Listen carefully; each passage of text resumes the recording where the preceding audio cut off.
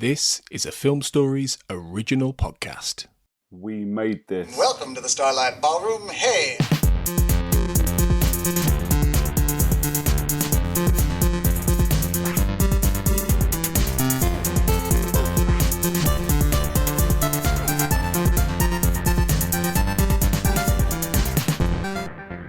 Hello, everyone, and welcome to SHIPWRECKED Comatose, the Red Dwarf podcast on the We Made This podcast network. My name is Kurt North, and I am your host for this week's episode, the final episode of Series 4.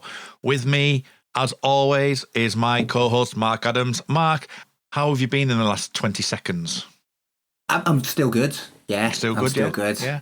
I've got another rant for you, but you know, it must be a day with the letter Y in it.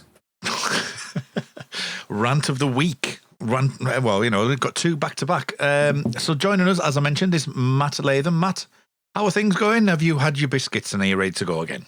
Yes, I've had, yes. Yes, I did notice that they were bourbons. They were bourbons, chocolate bourbons. Yes. Fit. Lovely. Gel. Chocolate bourbon or custard cream? Chocolate bourbon. All about the bourbon. What's wrong with you? Yeah. How dare you insinuate otherwise? I feel a bit sick. I'm deeply offended, Kurt. Me too. Yeah. I'm going to have to reconsider this podcast. Okay. Speaking of sick, Mother Teresa. Rant of the week. Okay. Let's get this out of the way is the first. rant of the week. Yeah, let's get it over with. We are aware of the controversies surrounding Mother Teresa.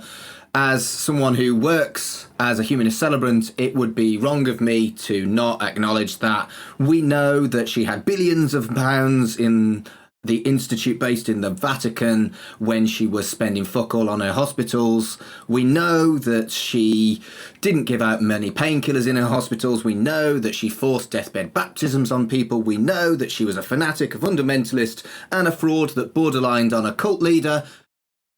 And we know that you can read about it all on Wikipedia.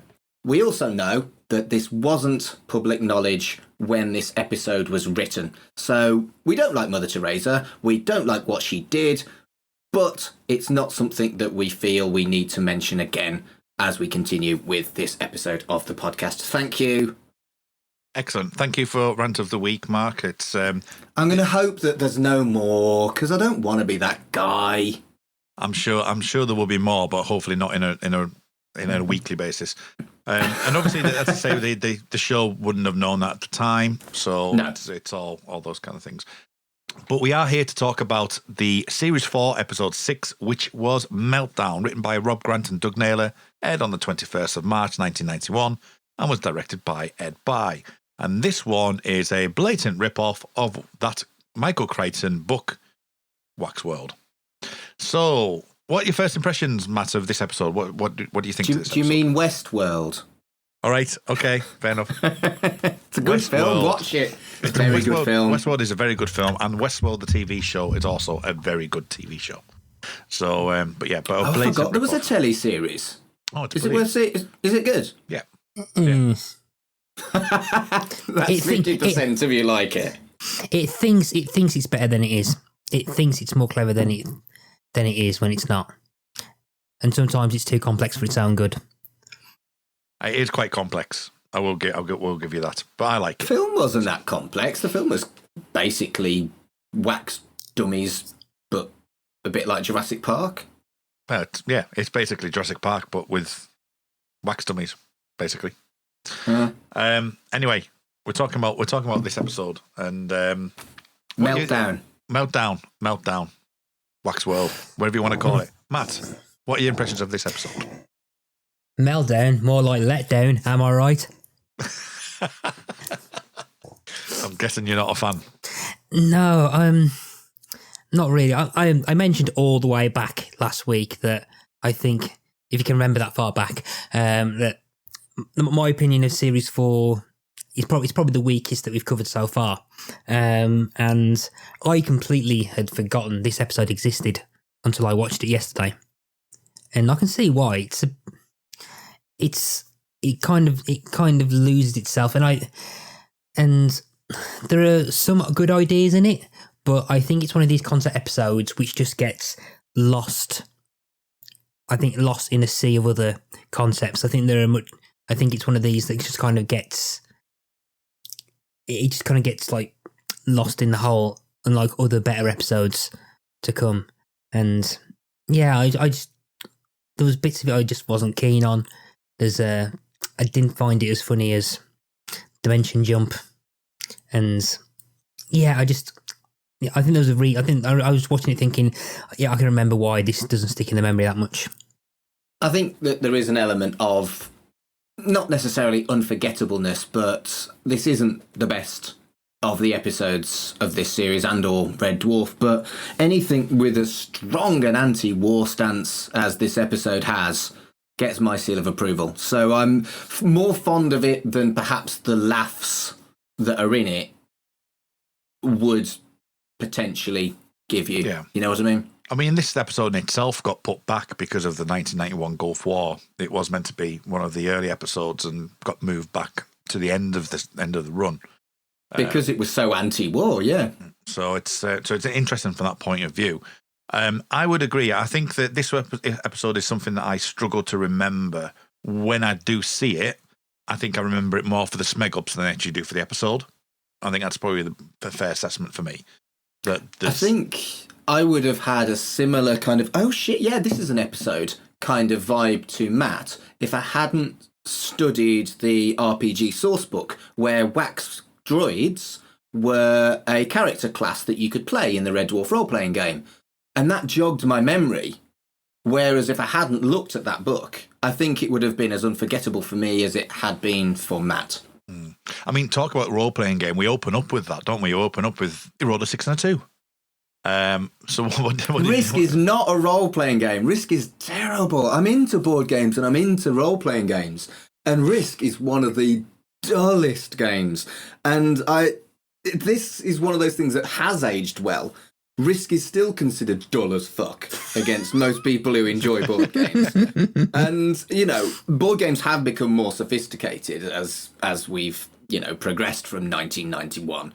But, yeah, everyone has also been the dullards sharing their stories when everyone is bored. Maybe not Risk, but I'm sure nobody wants to hear me talk forever about board games. Yeah. But I think by very nature of the way that Rimmer's playing it and telling the story is it's quite humorous. I wouldn't say it's standout funny because it is kind of repetitive joke of like, you know, I've rolled a 6 and a 2 or I've rolled a 1 and a 1 or whatever it may well be. But it does give you that indication that they are still, you know, doing these type of things, that there is that story element to, you know, that Rimmer has this innate ability to make something really, really dull, and he will not let go of that dullness. He still wants to finish the story. He still wants to talk about it. It resonates really quite hard with me because I am a board gamer, but everybody has something that they are nerdy about that they forget other people don't have knowledge about when they talk. So if you're a fan of Risk, you'll know exactly what a 6 and a 3 means. But if you're not a fan of Risk, and someone tells you I rolled a 6 and a 3, you need more context. But everybody has their nerd fanboy something that they will be that dullard.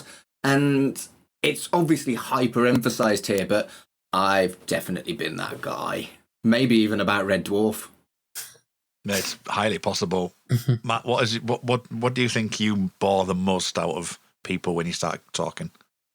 Do you think when people just eye roll at you going, oh, Matt's mad? Do we have time? Did you roll a 6 and a 3? I don't know. I assume I'm the most interesting person in the world. So this either means I've got a very high opinion of myself, or there are so many that I can't pick. I think for me on stuff like this, I am aware enough of my own ability to do what Rimmer did here that when someone starts to do it, I will butt in and I will say, what's a quantum nebulizer? If someone's talking about whatever involves quantum nebulization or whatever. Perfect example is Colin.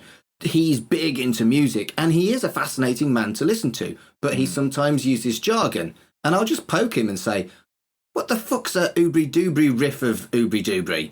And then he'll explain it to me. What is an arpeggio? Well, I know what an arpeggio is, but you know what I mean? And he can quite easily elaborate when I need him to. And I think the difference there is that I am interested in what Colin has got to say, but I certainly wouldn't, and I'm a board gamer, I certainly wouldn't be interested in someone's fucking Risk game. It's probably work-related stuff with me, I think. So... Yeah. Yeah, the work. Yeah, that's like because I work in IT support. So yeah, one of my favourite things to do is to make people regret asking me what was wrong with it when I fix a problem. Because and I'm like, do you really want to know? I really want to know now. I really want to hear a story. I bloody don't. I'll just sit there going, huh? IT is not my thing. To be fair, the equivalencies are like, it'd be like someone opening up a car bonnet and going, "That's an engine," and I'll just look at it going, "All right, so is that the Flooby Dooby? What's it?" Yeah. That's the alternator. Ah, okay. So yeah, now we're talking. I know the big thing's called the engine. I know where I put the water in to redo my window wipers, but other than that. That's green wash, my dear. The screen wash, yeah.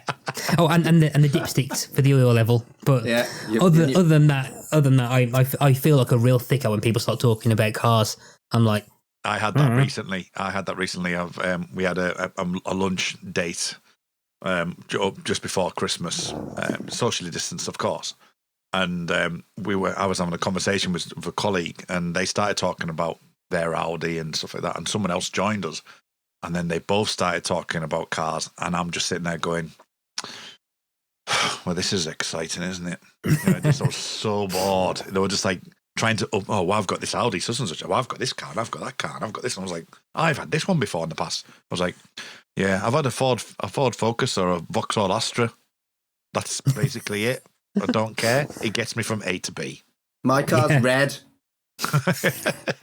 It goes vroom when you put it does. You do it. You turn the key and it goes brum.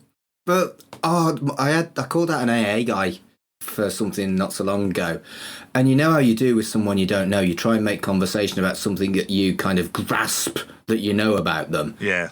And so I asked him a question, and fucking hell, I did not want the answer. you know, car was brooked. That's all I needed to know. Can you fix it? But I asked him a question out of pure uncomfortableness, and I got like a 5-minute lecture, and I was like, well, you brought it on yourself. There's a moment in Parks and Recreation where the character Ron Swanson gets approached by someone in a store, and he turns around in a hardware store and he goes, I know more than you, and then walks off. And the amount of times I have wanted to say that to people in bloody PC world. And so do you want this? Do you want the, like, if I got with a family member who was trying to buy a laptop, he goes, no, you don't need this. Oh yes, but you need this. And I went, they don't. They can just go on. They can go on to so and so and get a free version, which will last them a lifetime. Yes, but it goes, no. Trust me, they don't need to spend that money on it. Yeah, I've had the same. I was buying some musical speakers, a well-known make, and they were adamant I needed another device for it to work. And I was like, no, you don't. You connect this network cable into the back of this device, and you plug it straight into your router, and that negates the necessity for a bridge, sir. And he's going, no, you don't. You need this. And I was like, I know what I'm talking about. And he's just wouldn't accept it, because he's obviously been trained to say, you need this if you buy this. It's like, no, you don't. He says, I'm really concerned about that, because if somebody comes in and asks for that box, you're going to sell them something that's worth 300 quid when they don't necessarily need it. You should learn. It's like, they were like, no, it won't work. I said, it's sitting at home working now. I said, I can do it on my phone now. I can show you it working. And they just wouldn't have it, which was amazing. But anyway, talking about dooby-dars, we've got this lovely little device, this little device that can, within 500, I think it's 500,000 light years, I think it is, that can it can find the nearest planet with the breathable atmosphere. But Crichton seems to just want to use it to jump around the quarters. I mean, what did you make of this little concept and this little MacGuffin here? I think it's a comment on science, isn't it? That people have an idea for something that they see as fun, but then they don't realise the serious implications of what it could actually be used for. Isn't that what the Nobel Peace Prize is based around? The guy who invented dynamite was mortified what it was fucking used for. Isn't that the plot of Jurassic Park as well? Yeah? Yeah. Good point, well made. More Jurassic Park. I bloody love Jurassic Park. It's almost as if, it was written by someone called Michael Crichton. I want a teleporter, Kurt. I want one. Do you want I want one of them. Okay. I want one. Okay. Well, it does it to teleport various different. Curious. Which is great, but it does lead us to Starbug, and when we're in Starbug, there's still ramifications of the Risk game, but we find out that Rimmer's got a small presence. And this is the introduction of the said light bee. So we've now officially made it into canon. And what do you think to the light bee overall? Because by the end of the episode, Rimmer's going on a little journey, isn't he? I was trying to think, so this was the first time we see the concept of the light beam. Yes. So, because the whole concept of soft light isn't mentioned yet until, is it Legion? I think, It is Legion. Yeah. Yeah. So yeah, I think it's pretty much. I think at the moment it's just there for a sight gag, and to allow. I think it's just so that they have a way of allowing Rimmer to be transported because there's a physical presence there. Whereas, like in the past, it's just been this beam of light projected across the ship. So yeah, and it's like the understanding of how. To bring up Star Trek Voyager, like originally the Doctor can only go into like one sick bay and the holodecks because they're the only things with the emitters allowing to project holograms. And my understanding was that Red Dwarf was full of them, so that which meant that as well as Starbug, they can do this. But then when he's off planet, something that wouldn't explain why he was everywhere. So. It's nice for them to actually realise, hang on, we need to figure out a way of... Because someone's going to be nerdy enough to point out all this stuff. Yeah, because it needs to be powered, and that often comes up that it does need to be powered, and often he'll get turned off, or there'll be a threat to turn him off. Yes. And the fact that you've still got to have him going places as well. Yeah, which is a key part in an episode Mark hasn't watched yet. A very, very, very big part... of something that will take a long time for Mark to eventually watch. Are we talking like the Promised Land that far away? Yes. Yeah. Oh, okay, right. Yeah, it's a very the whole concept of him needing power is massive in the Promised Land. But I think it helps. I think it kind of helps them explain a few things, and it will lead them to the whole kind of hard light aspect. The light bee is, in my head at least, such a quintessential part of the technology of Red Dwarf that I thought in my headcanon that was wrong, that it was much, much earlier, like Series 2, maybe Series 3, perhaps, where the light bee was first introduced. And it was only on the rewatch that I realised how late it was. Because, and Colin talks about this as well, I have almost a weird skewed continuity in my head because of the order that I bought the VHSs. So I hadn't seen some of the series out of order. And maybe that's where that comes from. But I think it's also just that the light bee is so important in the kind of recognised tech of Red Dwarf that maybe that was also why I thought it was earlier. I think it also helps explain the whole they can only have one hologram. Because they've only got one light bee, yeah, good point. Yeah, because they always said there wasn't enough power to do more than one hologram on Red Dwarf. And thinking about it, I'm like, well, if it was Star Trek science, it would mean that there would be emitters having to be installed everywhere across Red Dwarf. And Red Dwarf is, my understanding of Red Dwarf, it's like about 1,000 times bigger than Voyager. Apparently, it's supposed to be. I don't know. I'm not 100% sure. 5 miles. So it's like Babylon 5 size. Well, I don't know because I haven't watched Babylon 5. So I think it's 5 miles. Yeah, because it's in the intro sequence, it's like 5 miles long. So which, think about it, is I can't get my head around that bit.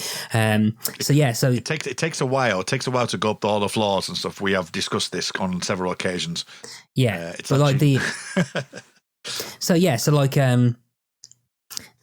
I think if there was anything that probably would have served them well introducing earlier, it's a retcon that works. I think it's a retcon that kind of works, and it's one of the few retcons of Red Dwarf that doesn't immediately make you think, oh, hang on, but this happened. So I think it... Is it fully a retcon? Is there any reason why he couldn't have had a light bee going on for all the previous episodes? Me too. Because they would have needed a second light bee. Good point, well made. All right, you win. Because they had the power. The whole concept was them having enough power to generate two.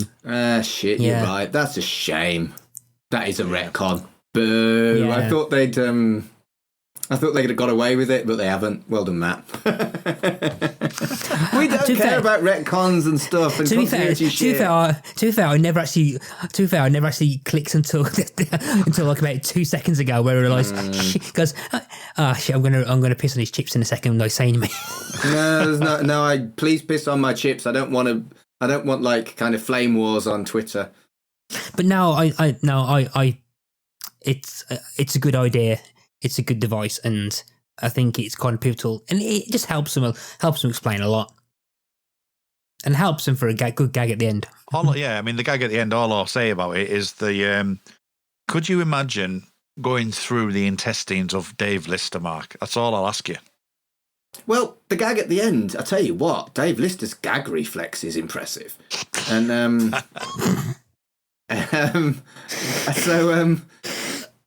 I'm trying to avoid the actual question. 1. I'm trying to avoid the question. It's not something I'd fancy. But again, it's interesting that would Rimmer be aware of it inside the light bee? You heard him talking in the beginning, didn't you? During the actual, when the light bee was thing, it was like, you could actually hear him. So he's in some form aware. It's not on my priority list of things I'd like to do, I'll be honest. What about you? No. Curries, vindaloos, lagers. Beer milkshake. All the crappy drinks and eats. No. It would be quite a slurry fest, actually, I think. Oh, lovely. Yeah. Lovely. Anyway, so we... So they do decide to go and check it out. The cowardness as well has already been taken into account because of the light bee, which I quite like the fact that, Crichton even, and go through the whole cast if I want. Crichton just sort of goes, "Oh, we've already taken into account, sir," which I thought was brilliant. The fact that they're that much of a crew now that they know what's going to happen. And we end up in a field near Shepperton Studios. What I will say about this episode is that the money's not really there to really make this a good episode, is it really? Don't get me wrong, and we will allude to the fact that Mark Adams got mentioned on the commentary for Whitehall because he knew where the footage was from the Japanese film Gappa. Well, that was because I researched my notes for this episode. It was pure fucking luck. And I'm into that kind of thing. I do like Toho monsters. And you could tell the difference in the footage quality, which is why I looked it up. And you're right, it's from Gappa the Triphibian Monster. And that particular film is available in its entirety on YouTube. I call Shipwrecked and Comatose special. Anybody in? Have you watched it already? Yes, but do you want to watch it again and watch it with me and then talk about it on a podcast? It's a special. I might step out of that one, Mark. Don't matter, Colin's going to do it, so you don't have to come.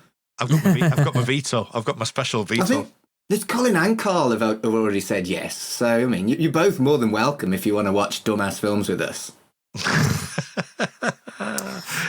But yeah, I mean, I actually quite like that. To be fair, I like the as I say, I love sometimes the sheer stupidness of it, and the fact that they've used that Gappa film, I think, is really good. From 1967, that film. Yeah. But That footage was that old already. Going into some of the aspects of this episode where you actually see the 3-bedroom houses that are around just sitting there. You can tell it's like an outhouse by the side of the wall when they're looking at Gandhi. You know, it's just like, oh my God. It's wonderful. I don't care that Red Dwarf's got shonky bits around the edges. It's just, that's part of his charm, Kurt. Oh yeah, I'm not denying that. I'm not denying. I just think that particular thing's quite interesting. That said, though, I think this episode's got a lot of ambition in it. It's quite epic in comparison to other stuff. I mean, this was originally supposed to be the opener, wasn't it?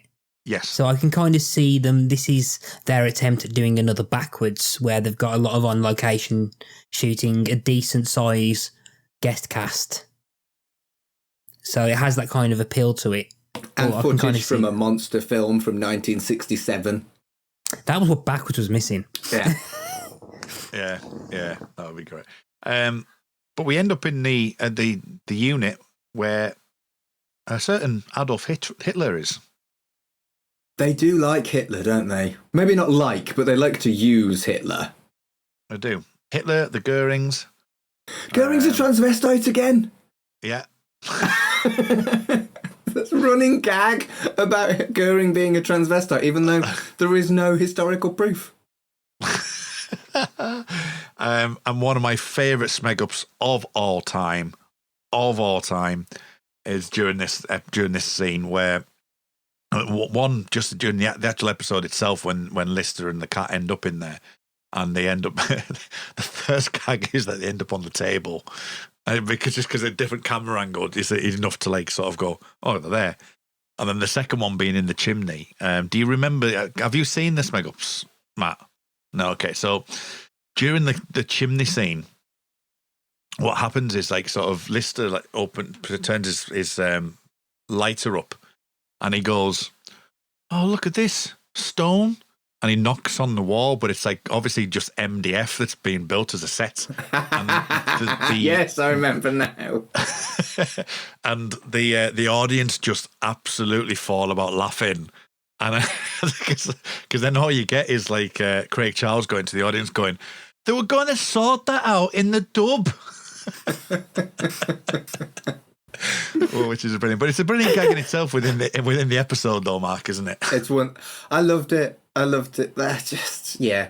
Sometimes I think my love of the smeg-ups more than anything is part of a really important part of my love of Red Dwarf. And you do what you just kind of talked about is you see these scenes and you remember the smeg-ups, and it kind of almost takes you out. Yeah. Of the story, because you remember these iconic smeg-ups like that you just described. They use a lot of lookalikes, and they actually use an agency for this. And Elvis one is particularly interesting, Clayton Mark. But what do you think to the lookalikes that they use for this, and the likes of Hitler and Goering's, and obviously the other side as well? I think they're pretty much on par. I think because I think they've used kind of very kind of specific people that with a specific look. So you can kind of, I think it's so that they don't have to waste time in going like with the cat going, "Who's that?" Well, that, and then Lister going, "Well, that's Marilyn Monroe. She was blah blah blah blah blah. Who's that? That's Albert Einstein. He did this and this." They kind of trust the intelligence of the audience to realise who they're talking about. The only one that I struggled with is that I can't tell if it was one of Laurel and Hardy. Was Stan Laurel? Was it Stan Laurel? Yeah. Okay, yeah. I was thinking it was him, but I couldn't be sure. I thought it was a really crap Charlie Chaplin one at first. It didn't have the moustache. But then like when he was starting being really curly, I'm like, okay, let's see. That's one of Laurel and Hardy. I can never remember who's who. Right, okay. But they're talking about the Pythagoreans, so it's all about triangles. Triangles. Einstein's. Triangles. which I like the fact that even to the point of the gag where it says like, there's only 20 left. It's a shame there's not 21 because we can make a triangle.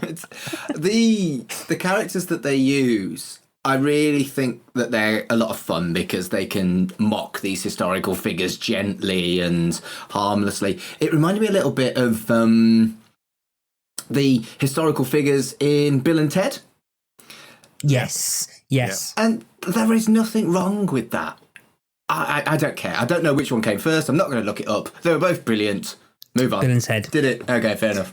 Yeah, 89. But I think particularly with Bill and Ted, I think there was a mocking, but they never really. I think there was almost a kind of respect to the majority of them. They never really set out to really take the piss out of them, apart from the ones that perhaps needed to. So, like when you have Napoleon, because Napoleon was like a ruthless dictator, they just made him into a figure of fun to laugh at.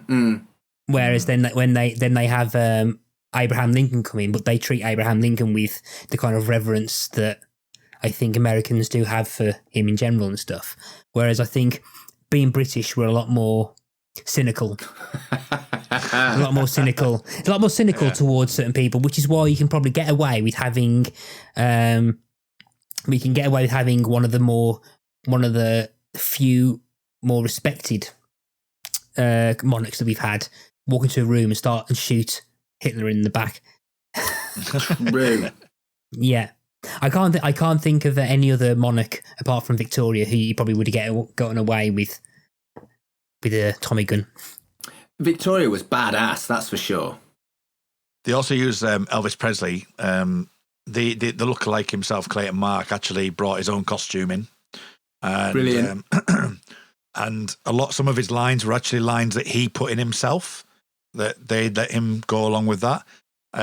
They did have a number of different people in mind. They did have an Elvis impersonator who couldn't do the American accent and couldn't sing. So it was like, what's the point in that? Well, maybe not couldn't sing, but it's like, okay then. And there's a lot of talking in the actual episode as well. So they wanted someone that could do that. And obviously, it's for the second week in a row, the end credits, we get a different end credits. Yes. Which was nice. Yes. And I said last week how much I love that shit. I love playing with things like that. It's brilliant. It's like when like Blackadder, particularly the second one, used to have like different lyrics. Yes. Like with the Lord Flashheart. It was Lord Flashheart rather than the Blackadder theme and stuff. I like that. It's like when they make an effort to kind of do things differently rather than just be normal formulaic stuff. Yeah. I thought that was a lot of fun. And apparently, so the Clayton Mark obviously has got a big part in it, and some of the stuff he comes out with, the way he moves and the way they use the Elvis as like a parody of Elvis and stuff. I think that really works because it is like, we imagine and have seen so many Elvis impersonations that just works well.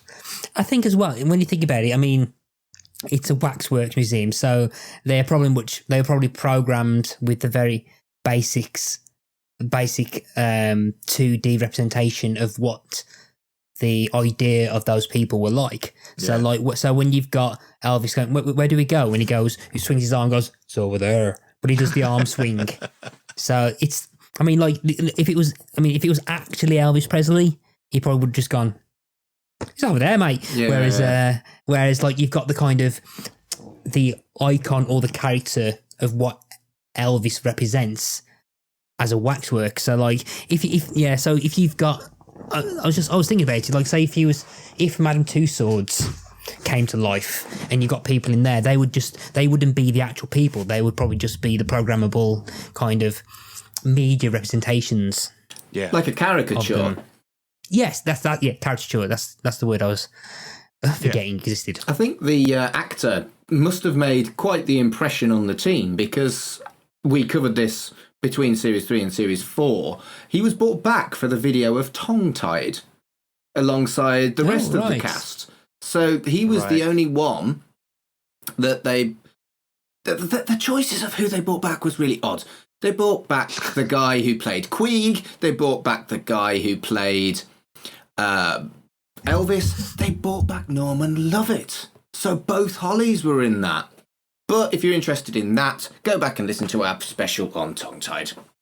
That's an excellent plug. I don't think we've ever plugged a previous episode in an episode before. I think that's a new meta. I've developed... Oh, I do it all the time on Pick a Disc. We probably have. I've been on Pick a Disc. I've been on Pick a Disc. Yeah, we've both been on Pick a Disc, haven't we, Kurt? I've been on twice. Oh. I've been on a few times as well. So, I've been guest and I've been host. Anyway, we've also got Gandhi. Now, Gandhi's an interesting one in itself because apparently that they cast a lookalike for Gandhi. They saw him getting out of the car and went, "There's no way in hell's chance he's going to be able to do any push-ups. He can't get out the car." So they had to get him recast, and the person they recast wasn't that much younger than him. So, but for the gag, it works. But it's just interesting that they were like, "No, that's not going to work. We need a new casting member." There is a very interesting. I can't remember the exact people that complained, but the representation of Gandhi in places can get a lot of stick. Now, I've never watched it, but I've always wanted to because it sounds pretty cool. There was an animated series created by Lord and Miller called Clone High. Clone High is brilliant. I've not. I want to see it because it looks amazing. It looks like something I love, but I've never got a chance around to see it. So, but for the first season, Gandhi was represented. My understanding was that he was represented as kind of like the horny teenage sidekick. Yeah. Is that correct? Yeah. They got a lot of stick and controversy I can over see that. Why? So it's nowhere near this. It's a lot more further than Red Dwarf, but there is kind of, if you misinterpret Mahatma Gandhi, then there are like, I don't know whether it was the Indian government. I can't remember who raised the fuss, but like you kind of, if you have Gandhi, you have to kind of treat him with a certain level of respect, else they'll gun for you. But yeah, so the character obviously got changed because, well, not the character, the lookalike got changed because he just wasn't physically able to get down and do a push-up, really. One gag that always escapes me is the Santa Claus one. It's not. I always seem to forget that was there. It says, "Oh, they've come in from fiction land." I think they could have overdone it with fictional characters, which is why Santa Claus stuck out so well and looked as incongruous as he did. I thought that was well done because you could have gone over the top and had, I don't know, Gandalf and whoever else as. It's also public domain. So like if you suddenly thought, oh yeah, let's bring Luke Skywalker in, then you're gonna have Lucasfilm back then kind of go, oh, okay, what are you doing there? Good point, well made. Okay, we've mentioned that company twice in 2 episodes now. If we mention it a third time, we're in danger of getting sued. Is that right? So let's maybe not mention it next All week. Right. Even though, well, not next week. Next major episode, which is about a holoship. Oh, that'd be yeah. Yeah. Shit. I wonder if they've got light beams on holoship. Anyway. Well, no, the whole holoship is hollow, isn't it? The whole thing. Well, I'll find out when I watch it. Yeah, I don't know who's on that with us, but we'll find out next season. So just one thing, Noel Coward is there as well, and not necessarily for Noel, but Rimmer and his. I think we can talk about his psychological kind of thing here because we'll talk about it as a whole.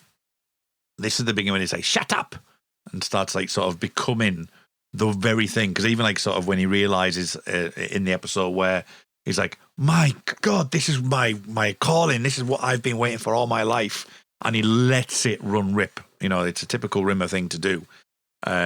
The fact that he just gets so wrapped up in this idea of commanding an army. What do you think? I think that for me probably holds the episode together because it's like a look on Rimmer. Agreed, I think, yeah. I mean, I think, again, coming off the back of Dimension Jump, where you kind of had like the extreme elements of Rimmer's psychology. Yeah, this is kind of like him trying to find something that he always thought he was good at, which was basically playing general, but then never having that in practice. So, I mean, it's structured. I mean, like, in a way, this is very similar to. It's a shortened down version of how series 1 and series 2 did, where you'd have like a kind of bunk scene leading on to events, and it will pay off later on. So, like, I think because of the scope of series 4 and series 3, you kind of don't realise that the conversation about risk was them doing a very series 1, series 2 thing of setting up something in a conversation between Lister and Rimmer that plays off later on. But then also, I think you've also got a more long-term character development of Rimmer kind of always wanting to be that kind of general of an army, because like, if you go back to Better Than Life, one of his favourite people, one of his heroes is Napoleon, and he goes, "You are one of my most favourite European dictator." So it's kind of natural that he'd immediately get into this, but then also be in a position where he knows there is no one there to really outrank him. Now, if it was an actual army with actual soldiers, right, he'd have no authority, no one would listen to him. But now he knows he's kind of playing, he's more or less playing with wax figures on a board. So he's able to kind of live the dream without any of the consequences. It's a strong metaphor. I agree. I think as someone who is naturally disposed to dislike stereotypes, it was difficult for me to dislike this one. Because military leaders, as people of privilege who gets the job rather than earning it, they get they are a lord or whatever, and they get the job because of who they are rather than their ability, is something that we have seen in history. And also the kind of brutality and the treating people like, I suppose, treating people like pencils in a stationery cabinet rather than human beings. It's all very almost tropey when it comes to military leaders in television. But anything critical of war and the kind of knobheads who take people to war is good by me. You just mentioned the word privilege, and that's just giving me thought in that you talk about how people are kind of given roles rather than earning them. Exactly right. Yeah. So the Rimmer family. Now I can't remember off the top of my head whether the Rimmer family, because we know that all of his brothers have been a lot more successful in the past and gone onto high-ranking places. Now I can't remember if it's because they were actually competent and showed they were sent to better schools than Rimmer by his family, I think was the general gist. So the idea being is that, like, Howard and all his other brothers kind of earned their way into the positions of leadership. With the advantage of going to a better school, but yes. Yeah. So it's quite interesting that Rimmer could theoretically be an example of the people of who they are being put into positions now. So, like, if things are lined up, because Rimmer would be the kind of joke of the family, he theoretically could have been put in a position. In a position where he's got some authority, but he can't actually do anything by his brothers if things had turned out different ways. He could have been, he would have been like the David Brent of a certain department or something, where he's got responsibility, but not really. Yeah. And again, it's not expanded on. I don't think the intent's there, but it's an interesting idea that, like, Rimmer could be kind of like an example of character that you could use to kind of make fun of the fact that people can just be put in because of who they are. Whereas, but the twist being is that he's put in there because every other person in his family is actually competent. Whereas, like, where we've seen in real life where, like, you've got people, like a whole group of people, a group of family that are either politicians or people in the army or something, who just have no bugger all know bugger all what they're doing, are put in positions Yeah, that they've got no control absolutely of. right. Cough, Dido, Harding, cough. And he's, it is quite obvious that Rimmer is satirising military leaders of the past that were completely and utterly kind of at a distance of what they were doing. He's just stupid and callous and insensitive and incredibly bloodthirsty. And when you think about what people did in World War One, where these people were just numbers, get over the top, and you think about the way Napoleon, yeah, he had lots of military success, but shit a brick the amount of people that died on his watch. I think it's incredibly well done, even if it could be argued that it's a stereotype. Yeah, well, yeah, because it even just the way that it's like Rimmer's still asking to go to the battlefield after there's nobody left on either side. There's literally nobody left, and that's when Rimmer Lister obviously kind of portrays the all really are Smeghead Rimmer, aren't you? And it really kind of like again it goes back to what we were talking about last week with characters being over-egged for comedic value. This is being done slightly differently to have a comment on the war. It's because it seems to be like, there's like this idea that, they would still go and regale in the fine battle that we've had. We've beaten everyone. Everything's happened. Let's go and regale in that. Let's go and have a glass of champagne on the battlefield.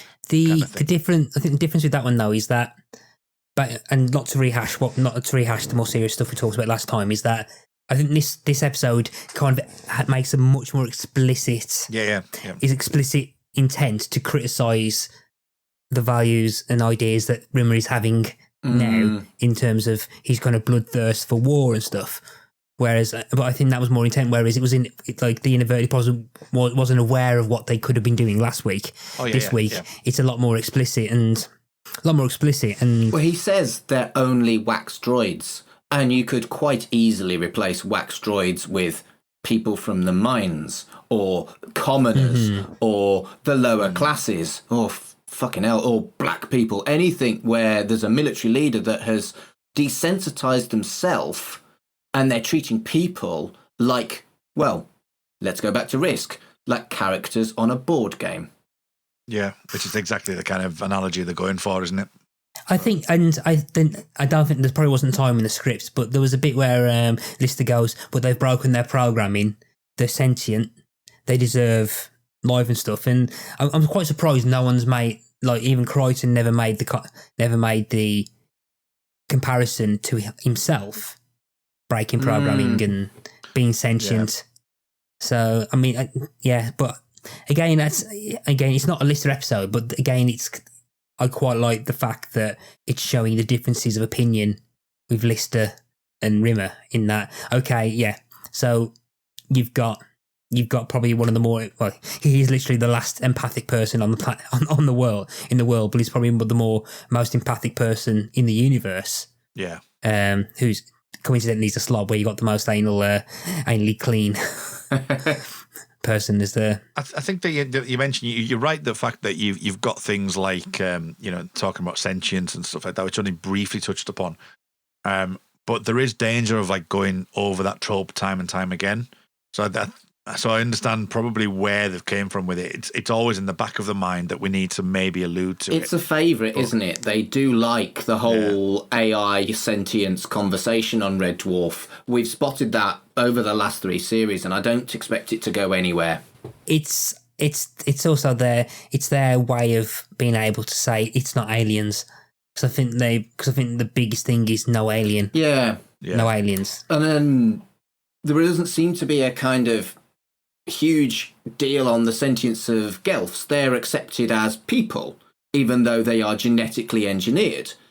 Whereas the focus on robotic sentience is something that they do in Red Dwarf. And I wonder why it's... What's the difference between something made of metal and something made out of genetic engineering? I think if you think about it, I mean... the closest analogy I can think of the present day is perhaps test tube babies. Or clones. Or clones, where like you've got people who are basically human, they're basically human people, human lives, basically they're people. Like they deserve life and stuff. Whereas with robotics, they were built with a certain purpose, and then you get to a certain point of what makes a person in terms of the usual tropes and stuff. So I think Gelfs, are pretty much kind of like the cat species, where they're actually probably a certain species, but they're perhaps a subspecies or an evolution of human.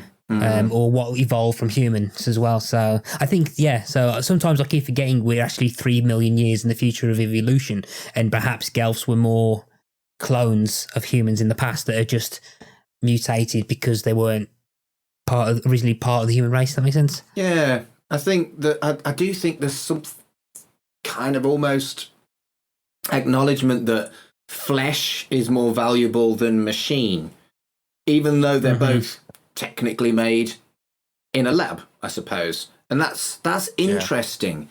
And I think that does reflect the thoughts of society on the value of, I just find I've always found the AI sentience thing fascinating, but I've never thought about it alongside the idea of evolved cats. Should they be treated as exactly the same as people? These Gelfs, should they be treated this exact same as people?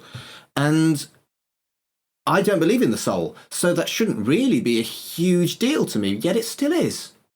I don't know. Maybe because the idea of something that's like a being that has their organic components and the brain and whatever that with regards to like AI, sentient AI and whatever, that is designed, and it's just a breaking of the design to like formulate that. It's more understandable for us from a biological entity to understand that more than you would do for a. That's probably fair. Yeah, I think that's where it comes from. And what another layer of it I just thought of as well is that concept of the whole kind of sentience of AI is also hard coded in how Lister and Rimmer both relate to Crichton, because Rimmer constantly and throughout the series, kind of always thinks of Crichton as basically a slightly intelligent can opener, whereas Lister is actively interacting with him as a friend and as a person. True.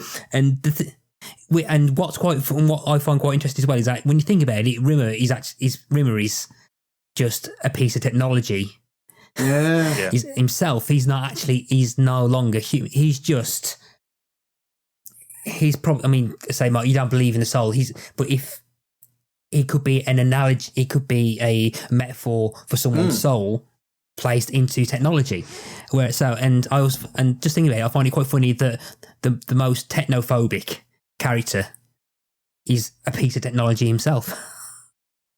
And it's something that sci-fi talks about, throughout the ages, and something like that. That exact thing is what Star Trek Picard's gone through. Yeah. On this season. So on the first season. So to play with that is going to be interesting in that show itself.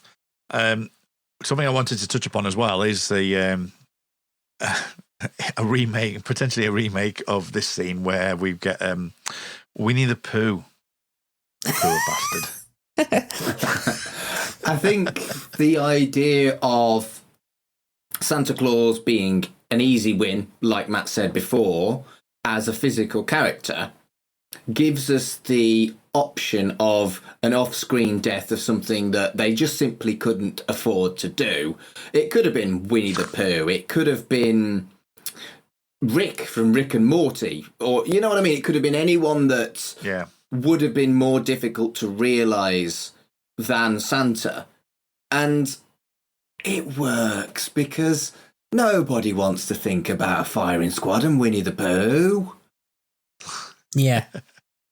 It's strange that Winnie the Pooh does get a lot of grief from this though, because it's happened on was it South Park? That's because South Park played on an internet meme that was going around Twitter saying that I think is it President C?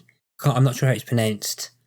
It's spelled XI, and pretty much Twitter was saying, "Oh, he looks a lot like Winnie the Pooh," and started putting pictures of the Chinese president next to photos of Winnie the Pooh. Right, and that's the set, and that's when South Park got involved. Now, I don't think I've seen the episode in question, but I'm pretty sure they portrayed the leader of China as Winnie the Pooh. Yeah. I Oh, think South Park. We whine about some of the problematic shit in Red Dwarf. There's a bit of a bit of a difference in the way South Park do their shit. I think South Park has an air of deliberation between it. So,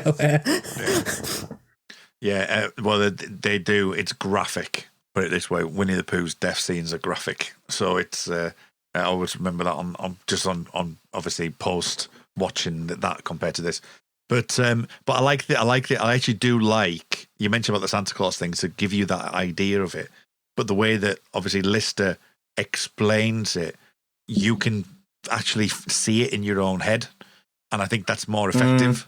The fact that you've got the some of the absolute atrocities that that side in history, general history, would do. You've got the firing squads, you've got all the things that will draw up with everything, which we won't go into now, but there's a lot of heinous, horrible things that's happened in Earth's history, and then to use Winnie the Pooh as your death to firing squad is horrific. Absolutely, and the way that Craig Charles plays it is brilliant, and I just love the way his reaction says no one should ever see that, and that's obviously the gag we don't. But also within that scene that we'll talk about calligrapher in a minute, but is. Cats like sort of oh no, they'll torture us. It's all right, you can tell us. That's a good gag. I think Cat's brilliant. This isn't one of the funniest episodes of Red Dwarf, but that's a good gag. I enjoyed that immensely. Yeah, it is wonderful. I just think it's just way it's something that they'll play around with more with Crichton. Yes. We're using that high pitch, like, oh no, kind of stuff, which I think is marvelous. I think it's wonderful. And then we get to the good old Tony Hawk scene. And I think it's pretty much the case that whenever he's on screen, he kind of embraces the fact he's got screen time. Because I think he can be often overlooked. And I think he's more or less, in the case, he's like, should be there alongside like how like Hattie Haybridge and Norman Lovett are classed as core Red Dwarf cast members, even though they're not in every series. I think Tony Hawk should be part of that. But so I'm just wondering whether there's kind of anything kind of too much fun he had slapping Craig Charles as well. Yeah. Well, he was really nervous. He was really nervous about doing it. Okay. So I thought he would have enjoyed it. So. Well, no, he said it. He said in the interview, and I've seen it on in my research as well, that because he'd been like he'd been behind the scenes or done wherever. He was like, I'm really conscious that I've got to slap Craig Charles quite a lot, and having to deliver the lines at the same time, and to actually physically do it. It's one of those where you're going on stage, and all of a sudden you get you might know the words, but then 2 minutes before you go on stage, you go, oh shit, I don't remember anything, and muscle memory normally takes over, and that's what happened in this instance. He was like, the muscle memory kind of took over, and as it happened, it was Craig Charles who was actually the one that was actually causing the problems, because every time he got slapped, it was him trying to hold it together. The fact that Craig Charles was trying to hold it together, because like, stop it, because that last one, you do see Craig Charles just a micro little inflection where he's like that. You just see him about to go off on one. I'm pretty sure it's either a Smeg Up or there was a clip of a Smeg Up in the 3 Million Years documentaries that we watched. Yeah. I'm pretty sure there was a bit where they showed that, and then Craig Charles just kept laughing. Now, I can't remember if that was in the Smeg Up I've seen, or it might have been in that documentary. But yeah, you can kind of see, but you can kind of see where he just keeps breaking and going, shut, just turning to Danny John Jules and going, shut up, and just burst out laughing. I think to some extent, if you are the guy who smegs it up and it involves you getting slapped again, okay, that's your fault. I can understand Tony Hawk's kind of trepidation of ballsing it up, because it's not him that's going to get slapped if he ballses it up. So, yeah, I hadn't thought about that, but yeah. So it was it's quite a nervous thing for them to do. Rasputin obviously is around as well, and there's a whole line on that, and the fact that they end up in the cupboard, which I thought was quite funny. But so that was good. And then we get to the kind of the final battle scene, with the explosions and stuff, which to this day I still find quite funny, but in a way, like I don't know if it is meant to be that way, but it's like the still camera, the explosion, and it's obviously being cut, and you can see the jump cut of the explosions. When was this? This was 1991. When was Blackadder Goes Forth? 1989. So this was after Goes Forth? No, yeah, this was it was after. Yeah. Oh, okay. This was after, because 28th of September to the 2nd of November 1989. Good grief, then they've got no excuse, because Blackadder did it with so much more sensitivity and so much better, and they didn't play death for laughs. So, yeah. Yeah, okay, yeah. I mean, if this was before Blackadder, then I would have thought, okay, benefit of the doubt. I think the joke's supposed to be much more on Rimmer rather than the actual people going over the top. Yeah. And they're not actually human people. They are waxwork. They're not actually live soldiers. They're just waxworks. But I don't know. Yeah, I think there's a bit of.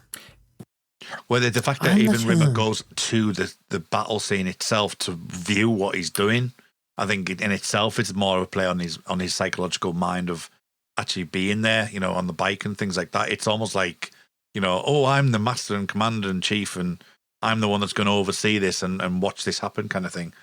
Whereas like Blackadder has to deal with this because Blackadder's whole concept was that time and what happened, and that's the only way you could go out. Whereas this one, as I say, is play for laughs, but it's a different concept. It's a different psychological mindset as well. It's brutal, the scene with Mother Teresa and the Nazis was, I don't know. They said clitoris in an episode and it gave it a 15 rating. All this death and it didn't get a 15 rating. I question, personally, what people are looking at in the BBFC at this time. I think it goes to that desensitization, doesn't it? I think that people, I don't know, because it is figures that you people that know. And I suppose they're trying to get across they make no allusion to the fact that they are waxworks. Oh, yeah, the message is strong. It's just how explicit this is compared to a word that describes a part of the female genitals. I just think the priorities are skewed, personally. It is quite a strong one. I mean, obviously, we get the... we mentioned Victoria coming to the end and gunning down Hitler and the like. And we get to swallow the light beer, and that comes to the end of the episode. So is there anything that you want to bring up in your notes that I will have missed at all? Anything you want to bring up? Did you notice that the cuts were different because they weren't on Red Dwarf? Yes. And as a concept, I really like that idea. I think nice effort making a conscious decision that, they're not on Red Dwarf, we'll do the cuts differently. I just didn't like them as much. Yeah, there's a very weird, zooming pixelization. Yeah. It's a nice touch, and it could be argued as a interesting attention to detail. But you look at something like Star Wars now, they're still doing the cuts from the 70s and 80s, but that's an homage. That's a acknowledgement of the history, and it's part of the aesthetic, right. I think. Whereas this just kind of stuck out a bit. Well, it's playing on that game, kind of war game thing, isn't it? That's what it's trying to portray. Go on. Like, it's war games.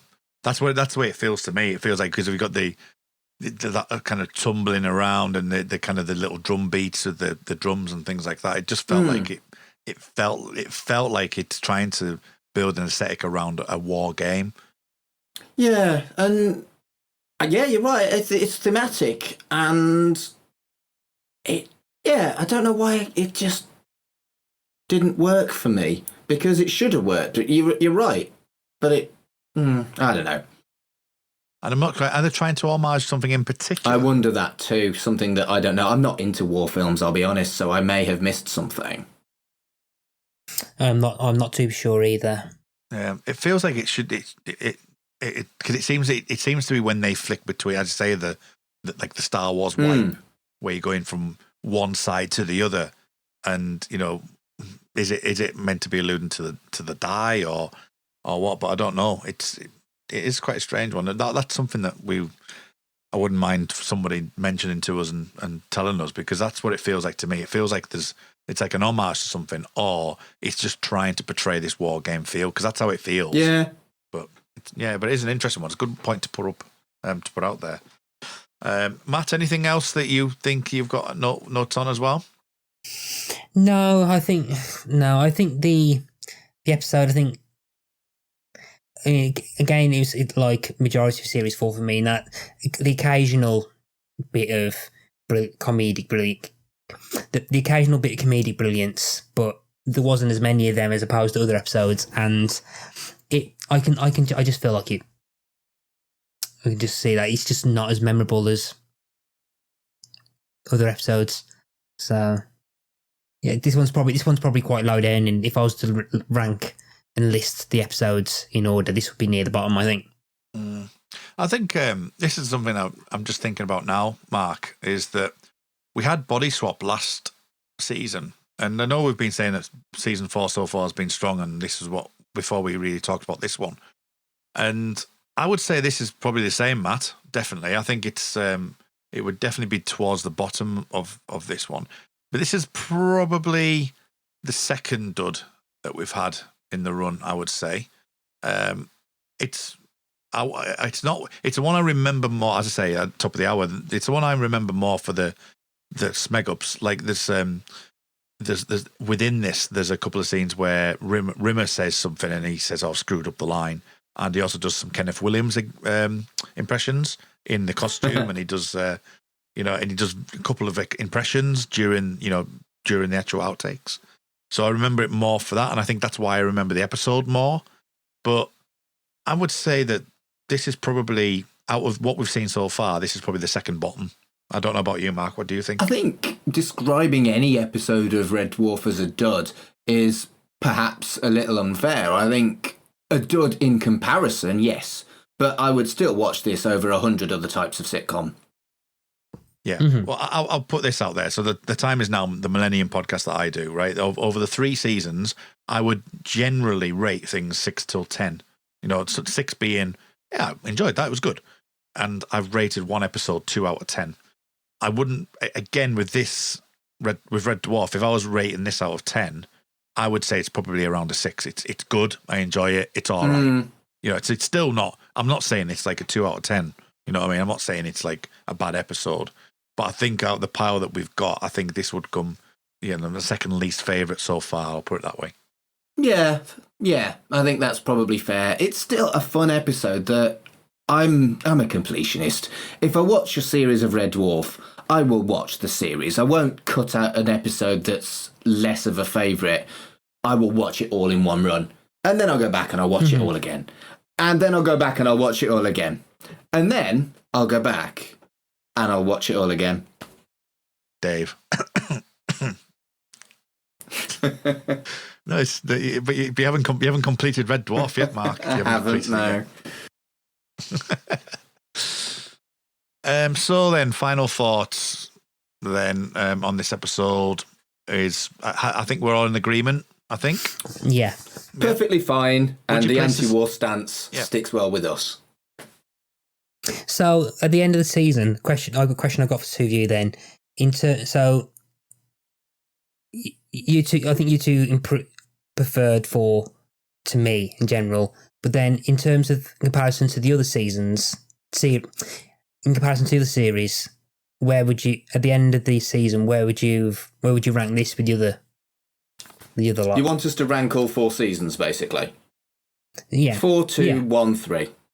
Definitely say 4. I might, I wouldn't say 3. I would maybe go 4, 2, 3, 1. How about you, Matt? 2, 3, 1, 4. Good grief. I think I particularly rewatching it for this podcast, series 2 I think has actually stayed strong, and I don't think there's anything below. I think there's probably one episode that's an 8, but everything's 9 or 10s in the series 2 for me. Yeah. So I think, that's why two's the better one. I think it's like it got the balance of what they tried to do with Series 1 before they got the money for the concepts. Fair?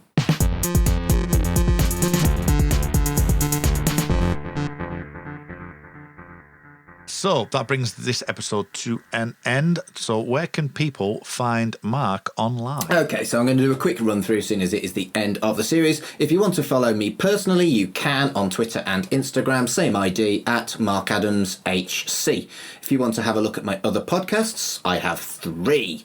I have one about the stories behind people's tattoos. That's called Ink Stories. You can find me on Instagram and Twitter for that one at Ink Stories Pod.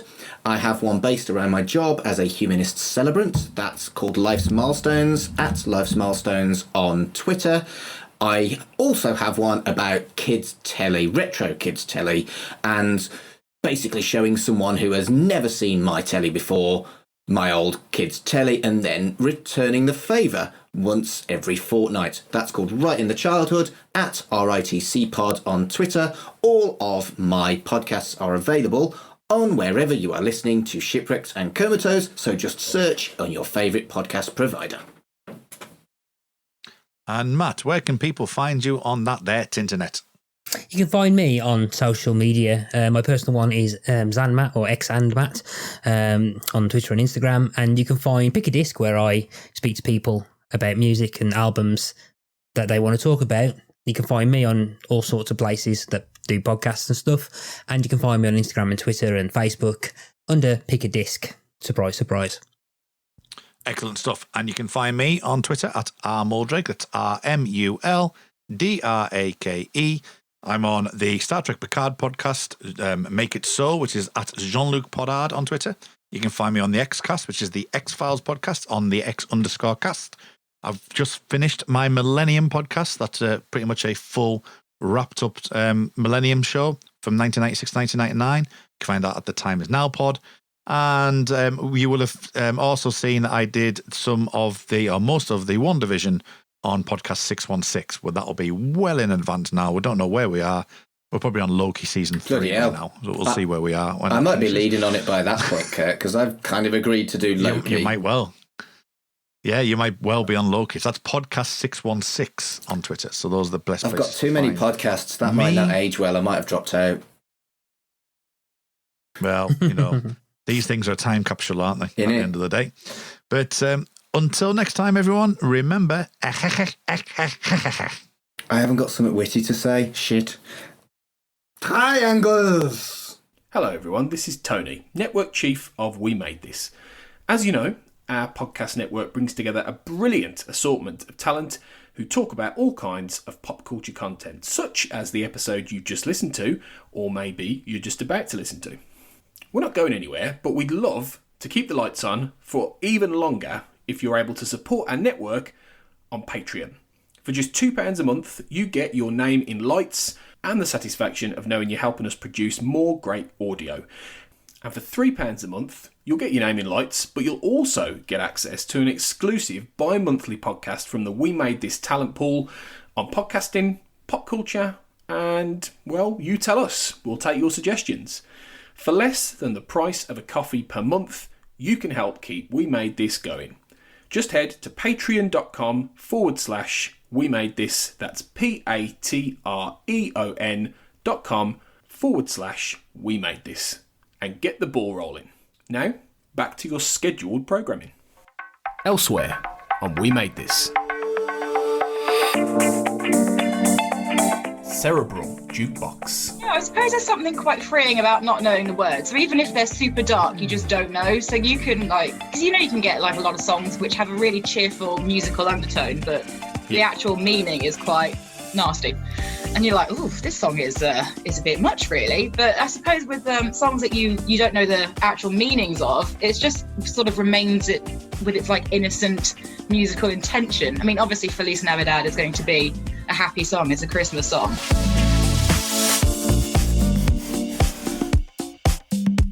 Right in the childhood. So, Fraser, have you heard of Round the Twist? I have not, and the only reason I've done that Australian accent is because I think you mentioned it last time that it was an Australian show. I did. So that's all I've got.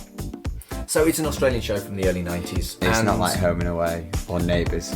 I mean, it has the same accents. If we can say the same actors. There might be, I don't remember. They just do the same 3 shows over. Wouldn't and it be over again. funny if Harold Bishop turned up? I was going to say like Chris Hemsworth or like one of them. Was Chris Hemsworth in Neighbours? Yeah. Was he? I think Margot Robbie was as well. Really? Kylie Minogue? Yeah. But the thing is, it will be Kylie Minogue era. So it'll be Kylie Minogue, Jason Donovan, Stephen Dennis, Craig McLachlan, all of these. The time is now. A Millennium podcast. To watch Millennium. And again, this is just to stress this, by the way, I was 18 at the time, so I'm just going to say that. Yeah, okay. So. I know. And were you a Kiss fan, Kurt? I was a rock fan. I don't think I was a Kiss fan, no. Yeah, because this is exactly the situation that you're in, where you're talking about like middle-aged men in suits in Hollywood who are trying to project what kids want from their entertainment and what will bring them in. It's the same logic that got you, for example, Coolio in the episode Or and Or of Space Above and Beyond, which is Fox desperately reaching into the darkness and trying to find something that would make kids watch it. Because it's worth noting that Kiss were, I believe, in the middle of something close to a Kiss-renaissance. Is that what we'll call it? Check out all of these shows and more on the We Made This podcast network.